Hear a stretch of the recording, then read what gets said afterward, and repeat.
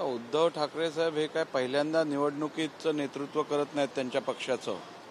त्यांनी अनेक वेळा निवडणुकीच्या प्रचारामध्ये भाग घेतलेला आहे आणि आत्तापर्यंत त्यांना माहिती असेलच अशी माझी कल्पना आहे की निवडणुकीच्या दरम्यान सामान्य नागरिकांच्या पण रस्त्यावरती गाड्या थांबवून चेक केल्या जातात. यापूर्वीही अनेक मंत्र्यांच्या आणि नेत्यांच्या अशी तपासणी केली गेली आहे.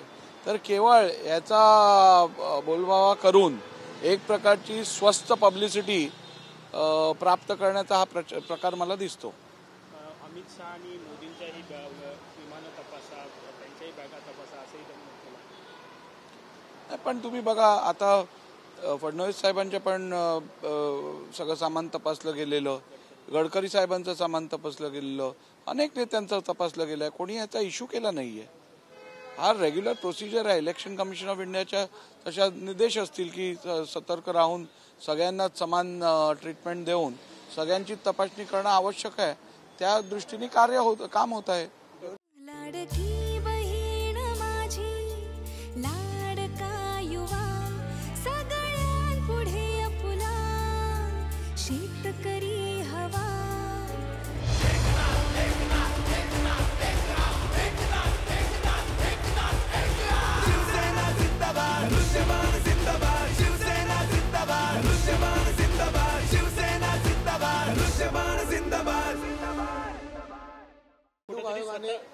स्वतः व्हिडिओ जो आहे तो ते स्वतः उद्धव ठाकरे करतायत. म्हणूनच त्या अधिकाऱ्यांना दम देताना सुद्धा दिसून आलेलं आहे. म्हणूनच मी आपल्याला सांगितलं की एकूण हा सगळा प्रकार हा केवळ एक पब्लिसिटी स्टंट आहे का असा मनात विचार येतो. सर यालाच धरून एकंदरीत आता निवडणूक आयोगाचे जे निवडणूक निरीक्षक आहेत IAS सज्जन राजशेखर यांनी अभिनंदन पत्र पाठवले त्या कर्मचाऱ्यांना. कारण या व्हिडिओमध्ये दिसतंय की तुम्ही कुठल्या विभागात काम करतात अशी दमदाटी करत विचारणा उद्धव ठाकरेंनी केली होती. मात्र निष्पक्षपणे त्यांनी सर्व आपलं काम आहे ते चोख पार पडलेलं आहे. कर्मचाऱ्यांचं मनोबल वाढवण्याचा प्रकार हा योग्य वाटतो तुम्हाला? अशा प्रकारे नाही, मला वाटतं कुठच्याही जबाबदार नेत्यांनी कर्मचाऱ्यांबरोबर योग्यरित्याची वागणूक देणं अत्यंत आवश्यक आहे. पहाटेचा शपथविधी झाला तेव्हा त्या बैठकीमध्ये शरद पवारांसोबत गौतम अदानी सुद्धा होता. असा एक मोठा गौप्यस्फोट अजितदादांनी केलेला आहे पहाटेच्या शपथविधीबाबत. मला या संदर्भातली काहीच माहिती नाही आहे. सर छगन भुजबळ आज बोलत आहेत की शरद पवारांनी जी शिवसेना फोडली असा मोठा त्याने गौप्यस्फोट केलेला आहे. कारण आत्तापर्यंत पाहिलं तर वेगवेगळे नेते जे राष्ट्रवादीमध्ये आलेले आहेत ते शिवसेनेमधून फुटून आलेले आहेत आणि त्यांना शरद पवार यांनीच एकंदरीत प्रोत्साहन दिलेलं होतं. आता एखादा पक्ष का फुटला ह्याची कारणं अनेक असू शकतात. त्यामुळे भुजबळ साहेबांचं हे एखाद वेळी आकलन असेल, पण या संदर्भात मी काही असं आकलन केलेलं नाही आहे. त्यामुळे मी सांगणं ह्या संदर्भात अवघड आहे. पण माझं असं प्रामाणिक होत आहे की एखादा पक्ष जेव्हा फुटतो तेव्हा त्याचं संपूर्ण जबाबदारी ही त्या पक्षाच्या प्रमुखाची असते. त्या पक्षाच्या प्रमुखांनी जर आपल्या लोकांना सांभाळून घेतलं तर ते पक्ष साबूत राहतो.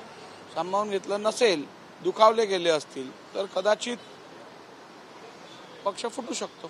संजय राऊत असं म्हणतात की मोदी शहा यांच्या दबावाखाली निवडणूक आयोग जे आहे ते सध्या काम करते आणि त्यामुळे सगळ्या गोष्टी समोर येतात. नाही बघा, आता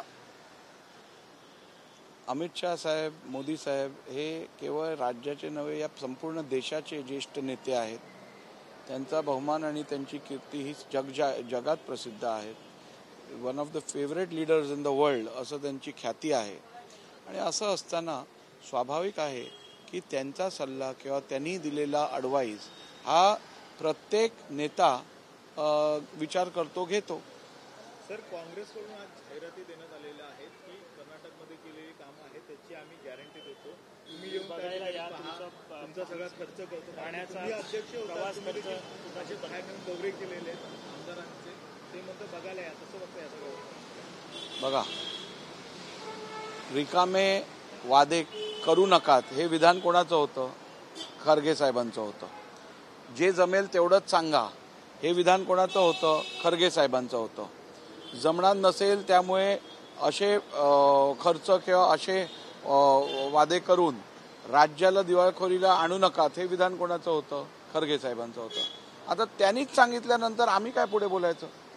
त्यामुळे त्यांच्या विधानाचं स्पष्टीकरण त्यांनी द्यावं.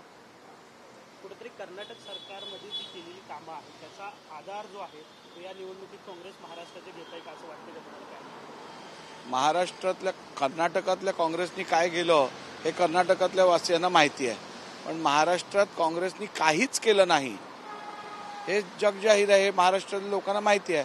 तर दुसऱ्या राज्यात काय झालं हे सांगून जर तुम्हाला प्रचार करायची पाळी आली तर मग तुमची परिस्थिती काय आहे दिसून येतं. सर, अजित पवारांनी मुलाखत दिलेली आहे, त्यामध्ये फक्त घोषणा केलाय की सरकार महाविकास आघाडीचं पाडावं म्हणून शरद पवारांनी अमित शहा यांच्याबरोबर बैठक घेतलेली होती. त्या बैठकीमध्ये मी स्वतः उपस्थित होतो, गौतम अदानी सुद्धा उपस्थित होते.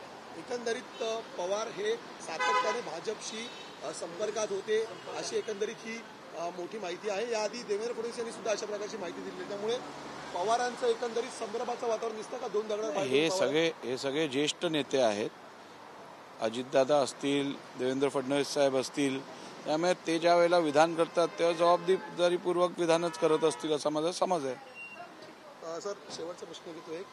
कुलाब्यामध्ये एकंदरीत आपण पाहत आहोत, तुम्ही प्रचारामध्ये दिसत आहात, मात्र काँग्रेसचं पारडं जड आहे अशी चर्चा कुलाबा विधानसभामध्ये आहे. कितपत तथ्य आहे याच्यामध्ये? उमेदवार बेपत्ता असताना पारडं जड असणं हे मी पहिल्यांदा ऐकतोय. उमेदवार स्थानिक नाही, उमेदवाराचं प्रचार कार्यालय देखील मतदारसंघात उघडलं गेलं नाहीये, उमेदवार कोणाच्याच संपर्कात नाहीये.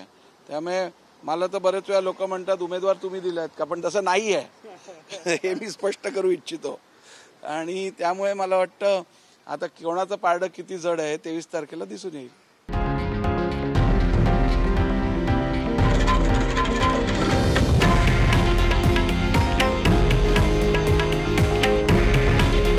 हे आहे देशातील नंबर 1 न्यूज नेटवर्क आणि आपण पाहत आहात TV9 मराठी.